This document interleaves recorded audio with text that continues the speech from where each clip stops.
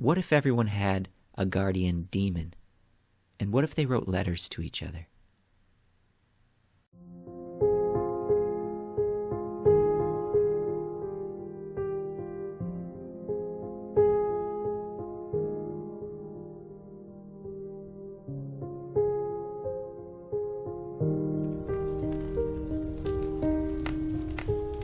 My dear Wormwood, obviously you are making excellent progress. My only fear is that, in attempting to rush the patient, you awaken him to a sense of his real position. Because you and I, who see that position as it really is, must never forget how totally different it must always appear to him. We know that we've introduced a change in direction in his course, which is already carrying him out of orbit around the enemy. But he has to be kept in the dark about it. He has to imagine that the key choices were trivial and easily changed back. He must not be allowed to suspect that he is now, however slowly, heading right away from the sun on a line that will carry him into the cold and dark of utmost space. Because of this, I'm almost glad to hear that he still goes to church and takes communion. I know there are dangers in this, but anything is better than him realizing the course change he's made from his first months as a Christian. As long as he keeps up the outward habits of the Christian life, he can still be made to think of himself as someone who has just made a few new friends and hobbies, but whose spiritual state is much the same as it was 6 weeks ago. And as long as he still thinks that, we don't have to fight against the clear repentance of a definite, fully recognized sin. We only have to fight with his vague, uneasy feeling that he hasn't been doing very well lately. That dim uneasiness needs careful handling. If it gets too strong, it might wake him up and spoil the whole game. On the other hand, if you suppress it entirely, which more and more the enemy probably won't let you do, but if you could suppress it entirely, we actually lose an element in the situation which we can put to good use.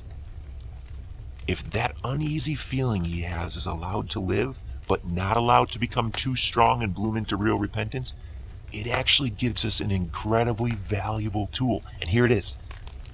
It will increase the patient's reluctance to think about the enemy. All humans, at all times, have some reluctance to think about him. But when thinking about him involves facing a whole vague cloud of half-conscious guilt, this reluctance becomes 10 times stronger. They end up hating every thought that even suggests him, just like men who are in deep financial embarrassment hate even the sight of a checkbook. In this state, your patient won't skip his religious duties, but he will increasingly dislike them. Before doing them, he'll think about them as little as he thinks he can and still be a decent person. And after they're over, he'll forget them as soon as possible. A few weeks ago, you had to use temptation to distract him while praying. But now, you'll find him opening his arms to you and almost begging you to distract him and help numb his heart. He will want his prayers to be shallow, because there's nothing he'll dread more than effective contact with the enemy. His aim will be to let sleeping worms lie. As this condition becomes more ingrained, you will gradually be freed from the tiresome business of providing pleasures as temptations. That uneasy feeling and his reluctance to face it will gradually cut him off from real happiness. And the habit will do two things at the same time. Make the pleasure less enjoyable and make it harder to quit. In fact, that's what habit does to any pleasure. Isn't it wonderful? Once you get to that point, you'll find that anything is enough to attract his wandering attention. Or nothing at all. You won't need good books or shows he really likes to keep him from his prayers, his Bible reading, his work, or his sleep. Absolutely anything will do. A column of ads in yesterday's paper, a chance show that pops up in an ad that he had no plans of watching. You can make him waste his time not only in conversation he enjoys with people whom he likes, but in conversations with those he cares nothing about on subjects that bore him. You can make him do nothing at all for long periods. You can keep him up late at night, not deeply enjoying something special, but staring at a dead fire in a cold room, watching a show that doesn't even really engage him. All the healthy and outgoing activities that we want him to avoid can be blocked, and nothing given back in return. So that at the end of his life he can say, like one of my own patients said on his arrival down here, quote, "I now see that I spent most of my life in doing neither what I ought nor what I enjoyed," unquote. The Christians describe the enemy as the one without whom the great force called nothing is strong.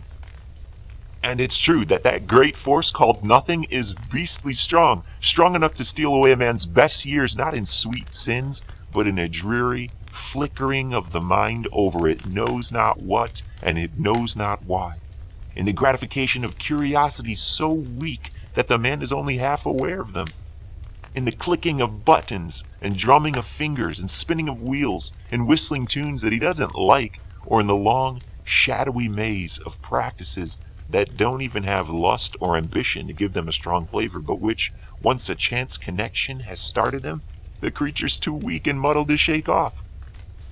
You will say that these are very small sins, and I'm sure, like all young tempters, you are anxious to be able to report some spectacular wickedness. But do remember, the only thing that matters is the extent to which you separate the man from the enemy. It does not matter how small the sins are, provided that their cumulative effect is to edge the man away from the light and out into the great nothing. Murder is no better than cards, if cards can do the trick. Indeed, the safest road to hell is the gradual one, the gentle slope, soft underfoot, without sudden turnings, without milestones, without signposts. Your affectionate uncle, Screwtape.